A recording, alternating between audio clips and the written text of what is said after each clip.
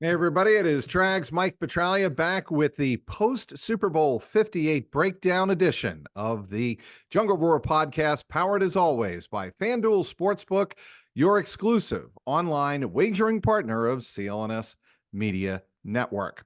Here with me today, it's been a while to break down Super Bowl 58. It's been a while since he's been on the podcast, that is. Jake Liscow of LockedOn Bengals. He does a great job breaking down all things Cincinnati Bengals online as well as on the podcast with one of my true friends. That would be James Rapine, of course.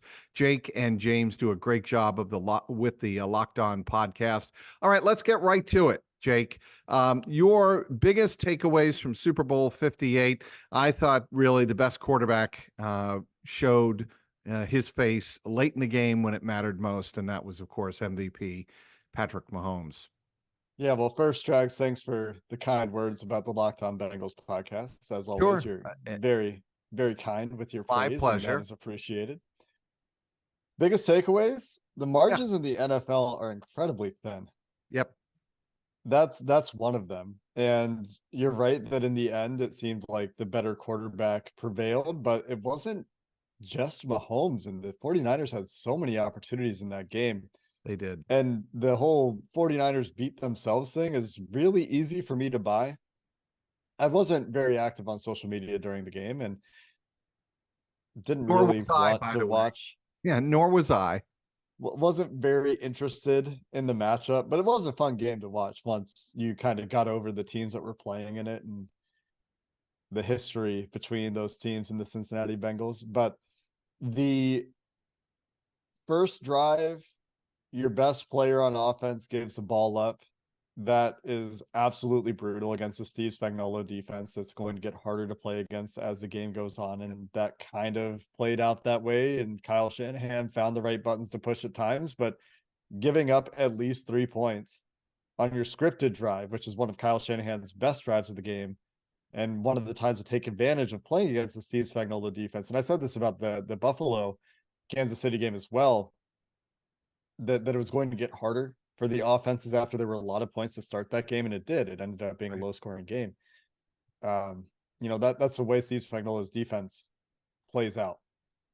Am I thinking of the right game? Which Buffalo, one? Kansas City. Yeah. Yeah. The, Okay. you're talking about the divisional round. Yeah. Yes. No, I'm thinking of the conference championship. Who did the Oh, Chiefs against play in the the conference Ravens. championship? The Ravens, right. Mike Okay. McDonald. Yeah. Wrong game. Mike McDonald and Steve Spagnuolo's defenses are going to get much harder to play against as the game goes on. And so when that game started with a lot of points, I was like, this is going to get a lot harder. I'd be surprised if we see much scoring until the fourth quarter.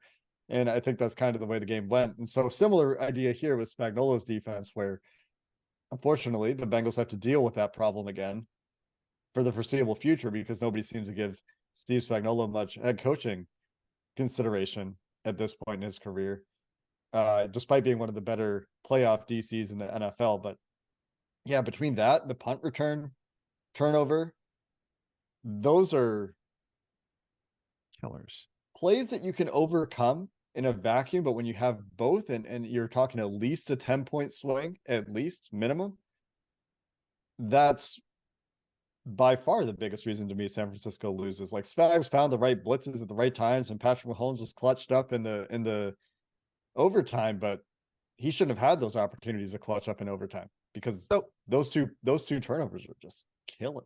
the reason the muff punt was a killer was the Chiefs had not gotten into the end zone before that muff punt. The 49ers had done such a good job containing Patrick Mahomes, keeping him out of the end zone. And there was that ridiculous streak of like 19 consecutive drives this playoff postseason that Mahomes had not led a touchdown drive. It was a remarkable statistic, and they kept mentioning it on CBS, Romo and Jim Nance. And I thought for very good reason. It just seemed like a stunning statistic. But that muff punt really did change the momentum because it gave the Chiefs something they desperately needed, and it was the feeling of getting back into the end zone. You felt like once the Chiefs got into the end zone, the dam was broken, and now they could go about. I thought they relaxed a little bit more on offense. It seemed like things were moving a little bit more freely. Mahomes seemed, after that touchdown, he seemed like a different quarterback because the first 2.5 quarters of that game, it felt like Mahomes against Tampa Bay in Super Bowl 55. And again, I thought Tony Romo did a good job of pointing this out, and Nance as well. In that Super Bowl on Sunday in Vegas, it did feel like Mahomes was getting sped up, and you don't see that very often. You've seen it a couple of times against the Bengals, in that 21-22 run where I thought, Lou Anarumo did a great job making adjustments. You saw him get sped up a little bit by the Bengals. You saw him get sped up by Tampa Bay and Brady, and you saw him get sped up a little bit on Sunday. But that muff punt changed everything. Yeah, you look at the drives before that: 3 and out, 4 and out, the fumble early in the game, another 3 and out, and then a field goal to end the first half in 2-minute mode for the Chiefs. And he Right. comes out of halftime, immediately throws a pick in plus territory. And then this is where you can be critical of the San Francisco offense, because San Francisco takes over at what, the 44? Yeah, they Yes. take over at Yes. can't in plus territory on the 44. You immediately get a false start on second down after an incomplete pass on first down. And 49ers fans are screaming, why, or not screaming maybe, but not yet, but like, why are we going away from the run? And the Chiefs are loading the box and daring Kyle Shanahan to throw the ball. And largely, I thought Brock Purdy played really well, but um, San Francisco punts the ball after taking over in plus territory, not getting points there. Brutal. Luckily, their defense stands up, and as the game has been going to this point, another 3-and-out for Kansas City, which, of course, is promptly answered by the San Francisco 49ers going 3-and-out. So you have these opportunities in the second half, early in the second half, when you're leading 10-3, to open it up a little bit. San Francisco doesn't capitalize on plus field position. Kansas City goes and scores a field goal. You get another 3-and-out for San Francisco, whose defense stands up again, but then you have the muffed punt off the foot. And then things kind of spiraled from there, and things really opened up for both offenses. But it didn't have to get to that point for San Francisco, with all the missed opportunities for them in this game as well. A really defensive game, despite the final score being at 47 total points. A really strongly game plan defensive game for both coordinators that saw good adjustments from both sides, and a whole lot of fumble luck benefit the Kansas City Chiefs. And that, I think, is a big reason they end up having an opportunity to push the game to overtime, to have the opportunity to win in overtime. Also, the whole overtime rules thing, that's another topic. Well, I'll tell you what, there were a couple of times during overtime where I got reminded by those I was watching the game with that this is not the same. And I'm like, I knew it wasn't the same, that this was the first real game that we were going to see where, with the new overtime rules, first of all, I think it would have behooved the 49ers, who won the overtime toss, to defer and let Kansas City get the ball first, because regardless of what Kansas City did with the ball, even if they went down and scored, you would have a chance to answer. But if you create a turnover, get a field goal, whatever, you win the game right there. There's a lot more, to me, advantage to deferring in overtime in the playoffs if you win the toss. And I was a little bit surprised with Shanahan, and certainly he is somebody who can appreciate the analytics of the game. I'm surprised they did not defer. How about you? Yeah, I don't think they knew the rules from the sounds of things. They didn't understand necessarily how it was all going to work, at least the timing aspect of it. It sounds like there was a lot of confusion over the fact that when the period ends, the game isn't over. Kansas City wasn't Correct. racing the clock. And that's something else I had to be reminded of in the room we were in watching the Super Bowl. I had to be reminded that, hey, there's no urgency for Kansas City at the end of overtime. And I think maybe San Francisco thought there was. Yeah, I'm not clear on why there's a clock, except for that I think they get 3 timeouts per period. That's the only that was at least what the official said. That's the only reason I can think of for there to be a clock on the overtime period at all. There's no 2-minute warning in the Right. overtime period. So what's the point of having a clock? Again, the only thing I can think of is those timeouts. It lets you more liberally use timeouts, but getting 3 timeouts every 15 minutes also seems like something that the NFL would not give to teams ever. Like that's not the way the NFL treats timeouts. So the whole That's timing of it fascinating, Jake. Yeah. was very weird in the first place, but the information advantage, I think, is why you would kick the ball. If you're Andy Reid and you receive the ball, where Travis Kelsey and other Chiefs said that they had a plan to go for two, that there wasn't going to be a third overtime possession if it was a touchdown for Kansas City, they're going to go for two and either win or lose the game right there. Right. At least that's what they say. Um, if you get the ball first and you score a touchdown, is it better to go for two yourself? Maybe not, but that's a question I think that probably needs to be considered. It's just in the NFL, coaches tend to try to prolong the game, and if you get 6 and the other team knows that they just need 7, that's certainly different. But that's the information advantage to going second. Is one, you probably are playing with 4 downs in a lot of circumstances more often instead of As playing with Kansas 3 City downs. showed, correct, as Kansas City showed in their own territory, there was no doubt they had to go for it You because you have to. or the game ends. Right. So I So think giving there are yourself, advantages to deferring. Yes, go ahead. yeah, giving yourself an extra drive, giving yourself additional information. This is similar to discussions around college football. Do you take the ball first or do you go for it? And I think that's a good thing, to be fair. I do think it's an improvement on previous iterations of overtime rules. But yeah, knowing the rules, the information advantage to going second is significant. And I think that when you settle for a field goal on that first drive in San Francisco, Trouble.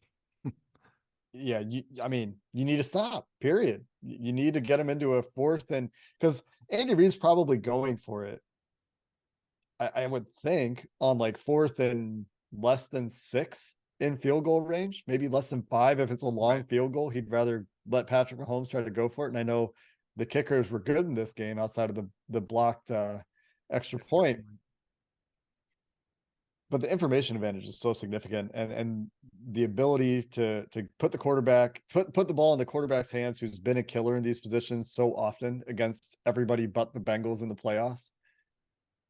I just don't know that I'd want to be in that position if I were the 49ers. Speaking with Jake Liscow of LockedOn Bengals, does a tremendous job along with James Rapine breaking down all things Cincinnati Bengals throughout the season and in the offseason as well.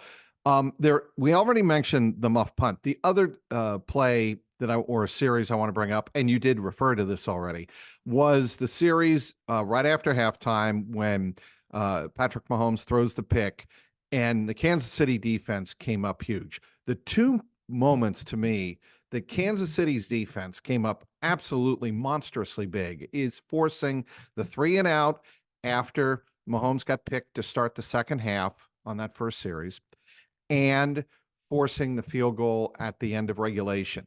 Those were absolutely, to me, have to have. If you allow like San Francisco to go down and score there right out of halftime, game's totally different. And obviously, we've already talked about the fact that Kansas City was having terrible trouble moving the ball before the muff punt. And at the end of the game, obviously, if San Francisco scores a touchdown, not a field goal, San Francisco wins the game right there. And I just thought those were two monumentally big moments. And the reason I bring this up is Chris Jones. I think the Bengals, when they're looking to rebuild their defense this offseason, they need at least 2, maybe 3 more bodies in the middle of their defensive interior line. And maybe it's a pipe dream. Maybe we're just fantasy world.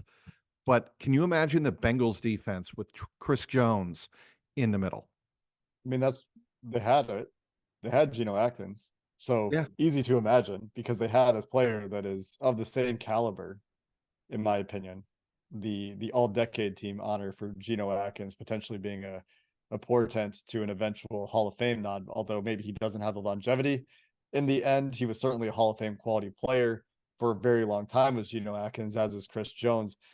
I think that it is high fantasy to Yeah. imagine the Bengals playing in the Chris Jones market, just because I imagine their cash spend in free agency this year will be around maybe like 50 to $60 million on the Right. higher end. And that's cash, not cap. And I think Chris Jones is individually going to make up maybe 60 to 70% of that between Yeah, signing bonus and easily. guarantees and first year. Like that guy's gonna go make market setting money at a position that has been expanding at the top end significantly in recent years. So yeah, Chris Jones doesn't feel very likely, but you're 1,000% correct that they need to get better there. They need to entirely remake that room. And DJ Reader's injury makes this much more complicated because if he Sure. were healthy, it was probably still be complicated because he's a player going into his age 30 season. And we know how the Bengals feel about free agents and players going into third contracts on the wrong side of 30. But that guy is still a transformative player Yes. for your defense that they sorely need to replace. And they're paying a lot of money on their defensive line. My personal opinion is that for the most part, they are not getting anything close to surplus value out of any of those contracts besides Trey Hendrickson. I think BJ Hill and Sam Hubbard are adequately paid and fairly paid, but I question how much you can pay without getting surplus value somewhere else. And that's where they need to Great either point. have a draft pick hit, Yep. whether it's Miles Murphy taking a step. I think the ship has sailed on any of their interior defensive line Zach Carter. youth. Zach Carter, ship has sailed, do you think? Or you think I mean, more than sailed, it's sunk. I don't even know what exactly the etymology of ship has sailed is, but that ship is not floating. Uh, for Zach Carter, despite what the PFF grades would have you believe, in my opinion. right. His best play of the year, the forced fumble. I don't even remember who it was against. I He remember. he's Yes. he's Vikings game, I believe. is it okay? I I can't remember. believe He'd it been was. pancaked Yes. and he's getting up off the ground. A great play. You give him credit for it. He gets up, gets his hand in there, punches the ball up. But it's after he's been dominated at the point of attack on that play. And there's just too much of that on tape for Zach Carter. You know, you hope that there's something there. You always hope that there's Sure. something there. But as we've always said, hope is not a plan. And when you have a demonstrated track Correct. record of what Correct. it is, they sorely need depth and top end talent there to go with BJ Hill, who again I think is fine at his roughly $10 million per year salary, maybe a little bit more. Besides Sam Hubbard, also fine at that salary, but you need something better than fine to go with Trey Hendrickson. And you see that for all of these playoff teams where, the 49ers have the trio of Eric Armstead, Bosa, and they go get Chase Young. And I know Chase Young didn't play at a super high level for them, Right. but they at least made an effort there. They have depth, Javon Kinlaw as well on the defensive line for San Francisco, where they have multiple guys who can beat you. Where the Bengals right now is just Trey Hendrickson and pals. And I know BJ Hill occasionally will flash and occasionally will have pass rush wins, but you need a little bit more. You look at the Chiefs, same story. You have a world beater in Chris Jones, who is honestly just more valuable than Trey Hendrickson, I think, just because of the nature of the position he plays and where he shows up. Love Trey Hendrickson, think he's an awesome player, but Chris Jones, we're talking all pro. Trey Hendrickson, we're talking Pro Bowl. Right or wrong, I think Trey Hendrickson probably deserved some all pro votes last year. Chris Jones, just a little bit of a better player. And then, George Karlaftis had 15 sacks, including the postseason for the Chiefs, according to PFF charting, which doesn't do half sacks. So he's very productive, despite not necessarily being a top end player, very productive. They get great performances from guys like Mike Pennell, and they have a brilliant defensive coach who's dialing up blitzes at the right times and really good blitzing corners, really good blitzing linebackers, really good linebacker play. They're hitting on draft picks. And so you just need more of that top end in this Bengals defense. And I think the interior defensive line is a place where they need to get some of that. If Jerzon Newton of Illinois is there, do you take him? It's a little early in the process to make broad declarations like that, I would say, Mike, but he's That's a what. guy that Yep. he's Go a guy ahead. that's worthy of that pick. And Byron Murphy might end up looking like he's worthy of that pick when everything's said and done as well. I think both of those guys are going to test really well. Both of those guys had incredible win rates, incredible productivity in college. Newton played more of the role that he's going to play in the NFL. And it's not that Murphy didn't. He just Texas uses their defensive line a little bit weird. And despite having Devondre Sweat on the same defensive line, Byron Murphy had like over 100 nose tackle snaps which is a little bit weird for a guy who's going to play 3 tech in the NFL, a little bit Right. under 300 pounds for both of those guys. But me personally, I'm very interested in adding a high end athleticism, high end pass rush productivity, pass rush win rate, interior defensive lineman. And those two guys seem to fit the bill. Newton, I think, a little bit more so based on my preliminary understanding of the class. But Right. the Cincinnati Bengals, one, have passed up on drafting that archetype consistently since drafting Geno Atkins, which consistently boggles my mind. And two, have not drafted a first round defensive tackle since 19. James Dan keeps saying Wilkinson, that. right? Okay. 94? Yeah. Wilkinson, yeah, Big Yeah. Daddy, I believe, was the last Yeah. first round defensive tackle they drafted. Okay, we got to move it along here. First of all, safety position. Yeah. This position has come under great scrutiny after the way the Bengals played after letting Jesse Bates and Von Bell go in free agency. And I think deservedly so. The Bengals defense took a huge step back. The loss of those two guys and Dax Hill and Jordan Battle and Nick Scott adjusting to things had a domino effect on the linebacker play, I believe. And certainly Lou Anarumo hinted at that in his season-ending wrap-up presser with us. And, we saw Jermaine Pratt and Logan Wilson not play it anywhere close to their levels in 21 and 22. That's got to get back to where it was. Do you think that the Bengals go out and get themselves a free agent safety, either to fill Dax's spot or to fill the Nick Scott, Jordan Battle position? I think it seems a little crazy to play Dax Hill at safety for his entire first year starting and then be like, you know what? We're going to move him back to the slot. We're going to move him back to do more of what he did when he was an overhang defender, more of a slot defender at Michigan. They in the front office obviously think Dax Hill can play safety. I think that he showed that he has the skill set to play safety, and it's just a mental thing for him. It's getting But, let comfortable. me jump in here, Jake, because I think that is a big part of the position.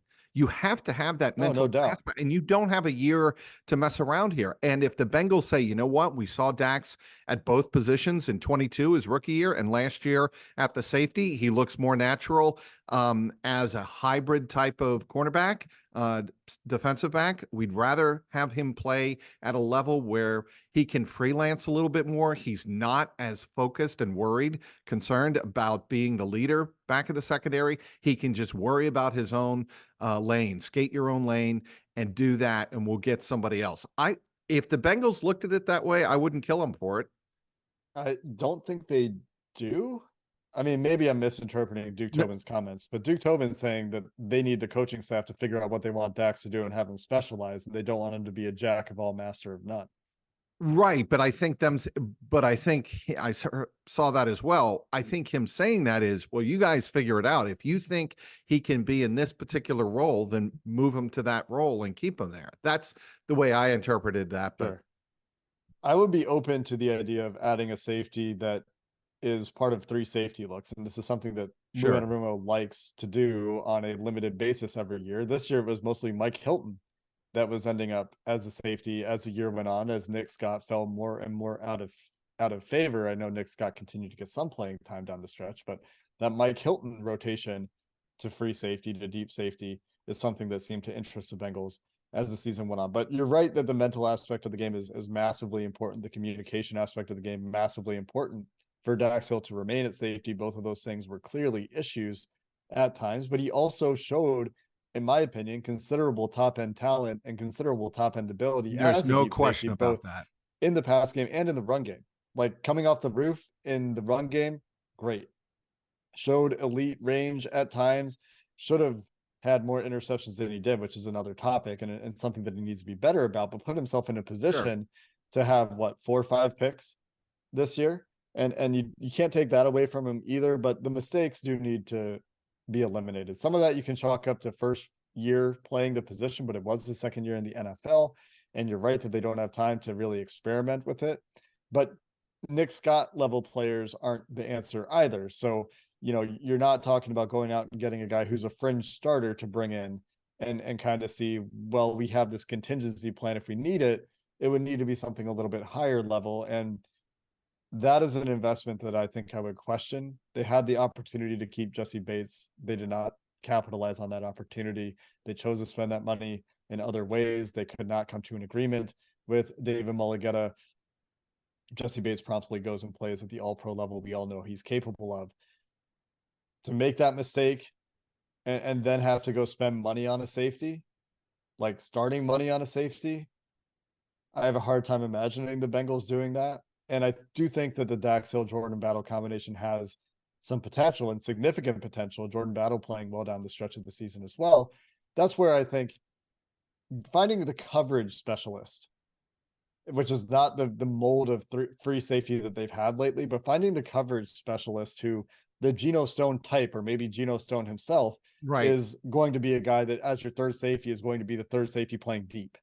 And then Dax is going to go play his man coverage in the slot against tight ends, which is something he's really good at, Very. or is going to play in the box, which he's also pretty good in the box, but you can also play him deep. So Don't get me wrong. I think Dax Hill has not very good, but elite skill. He has great ball awareness. He knows where the ball is at all times on the field. I think he can tackle well in space. I think he does a lot of things that you're looking for a defensive back to do. I just didn't think he was a natural fit where they plugged him in at safety. That's my only point there. it's probably true, but it's also his first year playing that position full time. I don't know. It strikes me as difficult to make a big change there and then ask him to learn yet another new position in the NFL. That I know he's played before, but you're moving him in the NFL. Things are different in the NFL in many ways. And so I would be in favor of letting him settle into the role, but I could understand why there's some discomfort around that idea, given the way things went late in the season, when like late in the season should be trending the opposite direction. Like we shouldn't be seeing more of those mental mistakes, communication breakdowns late in the season. And unfortunately we did. All right, I'm going to give you 3 questions to answer within the next 3 minutes, 4 minutes. I'll Okay. give you. Tight end, running back, T. Higgins. What do the Bengals do with all 3? The most likely outcome seems to be franchise tag T. Higgins, find a new running back to pair with Chase Brown, and probably bring back Drew Sample, Tanner Hudson, Mitch Wilcox, and also draft a tight end. That's much less than 3 minutes. I went very Much fire. less. I should have asked that in about 3 or 4 minutes from now. No, okay, because you were so concise with T. Higgins, and Dan Picture is the new offensive coordinator. Obviously, what would a T. Higgins, Jamar Chase season look like if Burrow's healthy in most likely T's final season in Cincinnati? Well, the big question is all of them staying healthy. If they all stay healthy, then you would expect Jamar and T to both be in the 1,200 plus range, or 1,200 plus yard range. I think 10 plus touchdowns for each of them is a relatively fair, although top end projection. But both guys get theirs, and I would still expect a heavier target share for Jamar Chase. They're using him much more underneath. Ideally, Jamar gets into the slot a little bit more next year. There's ideally, to me, even if they do keep T, even with Andre Yosevach showing some promise, even with the potential speedy versatility of Charlie Jones, they still need somebody to take snaps, and ideally it's a versatile piece. And so I would still, in this draft, which is incredible at wide receiver, be looking for them to add a wide receiver as well that would be able to play inside, outside, give them the flexibility to line Jamar Chase up wherever they want to on any given play without giving something up. And I think they are giving something up when Tyler Boyd had to align in a wide position instead of in the slot. So that's what I would be thinking about for the receivers if T. Higgins does return for a year or more. Every Bengal fan that watches the Super Bowl and watched the Super Bowl this past Sunday, they look at the running back and they look at the tight end position on both squads. They have elite talent at both of those positions. I mean, maybe Isaiah Pacheco wasn't considered elite coming into the season, but the way he played throughout the regular season and certainly in the postseason gave the Chiefs a different look. They were explosive with him on the field. He made big plays. Travis Kelce speaks for himself. I don't even think Travis Kelce is a tight end. I really do believe he's more of a wide receiver. We can have that debate off air. But with the 49ers, you obviously have George Kittle, who didn't have a lot of touches in the Super Bowl. Obviously, he got hurt in overtime with the right shoulder injury. And you have Christian McCaffrey. Bengals, I don't think Bengal fans are asking to go out and immediately have all Pro Bowl talent level at those two positions, but they certainly need more out of those two positions, Jake. No doubt. They need to be more explosive in the running game. They need to be back to the level of efficiency they had in 2022 in the running game, but they need to add explosiveness to it. Chase Brown does give you that speed back, and you probably need something to go along with that. And Joe Mixon's productivity, when they did start using the two-headed running back attack, did improve significantly, but I still think that there's room to improve on your running back room. Joe Mixon, just from a financial situation, looks like the guy that they would try to improve upon. Chase Brown on a rookie deal. Travion Williams not showing you enough to get any carries in the regular season, and Chris Evans can't get active. So they don't have the guy on the roster right now. I don't think Chase Brown is an every down back. I still think he's a change of pace back. So they do need to get somebody to upgrade that position, ideally.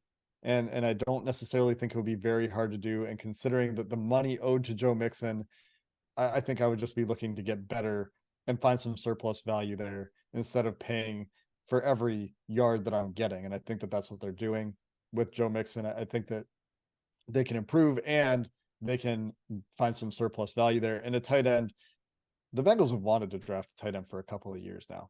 They haven't been able to. They haven't prioritized it the way the rest of the league has, whether it's Dalton Kincaid, who I think they were ready to pick, whether it's Sam Laporta, who I think they were honestly closer to picking in the first round than you might believe, and probably would have been ridiculed for it at the time. And then maybe Sam Laporta has the same year he had for the Lions, and that ridicule goes away.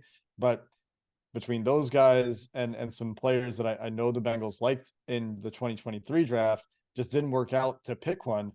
And now it's at a point where it's very easy to say, let's really prioritize it. If a guy like Brock Bowers is available to you, you hope you've done your work in free agency to give you the flexibility to not feel like you have to pick a defensive tackle, have to pick a right tackle, and it lets you go truly BPA. And I think that also applies to corner. I don't think that's the conversation we're ready to have right now, but certainly it applies to Brock Bowers and maybe Jatavion Sanders in the second round, although it's seeming less likely to me that he makes it to the Bengals second round pick.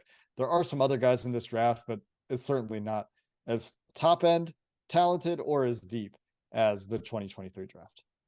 All right, he is Jake Liscow. He does a tremendous job covering the Cincinnati Bengals on the Locked On podcast. You can hear along with James Rapine. Be sure to follow him online at X. What's your handle on X again, Jake? Just at Jake Liscow, keeping it simple. That is the way we like it. Just like at Trags, where you can follow me for all CLNScincy.com content. That would be TRAGS. Jake, I want to thank you very much for joining me on this episode of the JungleRoar podcast, powered by FanDuel Sportsbook, the exclusive wagering partner of the CLNS Media Network. He is Jake Liscow. I'm Mike Petraglia. Until next time, keep that jungle roaring.